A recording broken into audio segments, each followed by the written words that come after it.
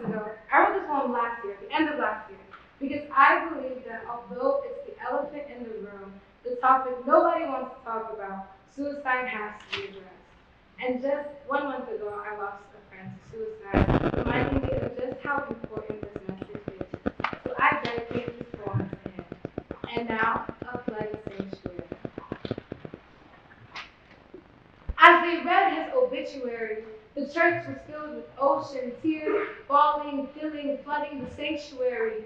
A simple service, with a simple message, leaving everybody with a simple statement. The ocean evaporated into fog, thick, heavy smoke where refuge was the line. If only we'd known. If only we saw the signs earlier. That sentence was the sentence that sawed the heaviness in the air, that cut the cloud of grief, allowing guilt to find refuge in ignorance, in bliss.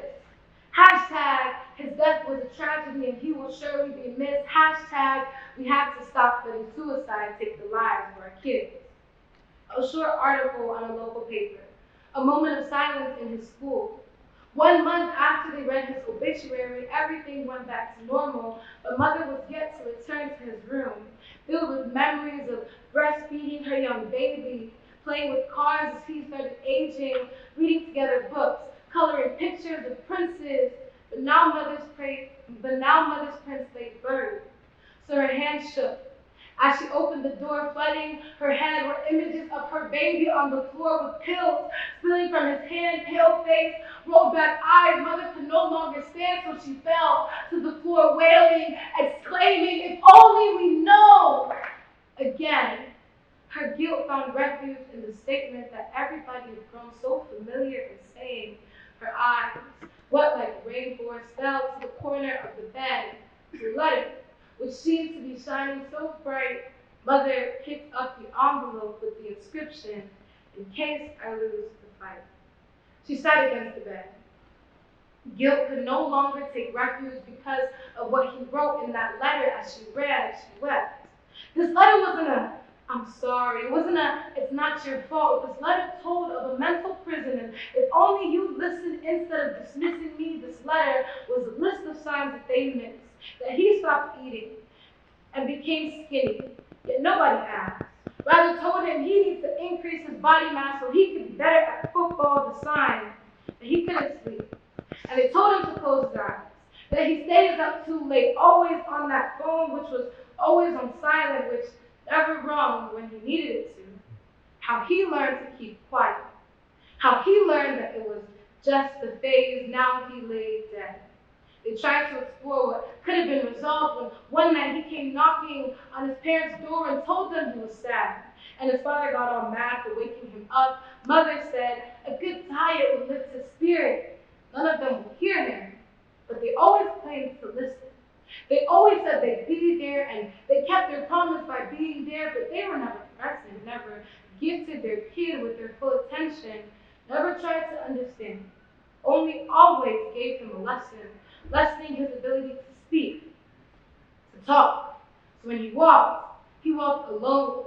In his head were iron bars formed around his consciousness, prison, gray, empty, dark was what he saw when he closed his eyes.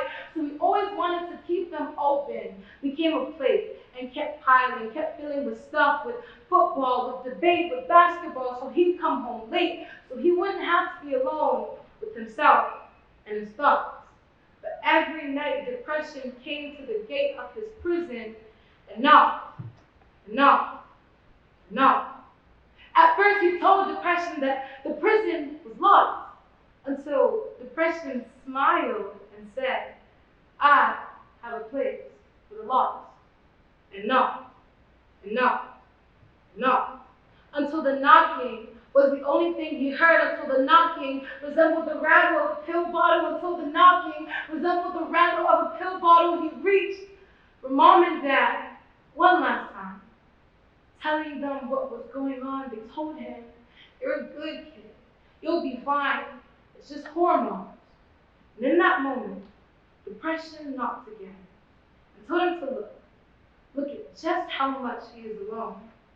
So the knocking began, unbearable beating of the brain, causing him to switch lanes, steer off that cliff, because in that moment, Those bottle of pills offered him home.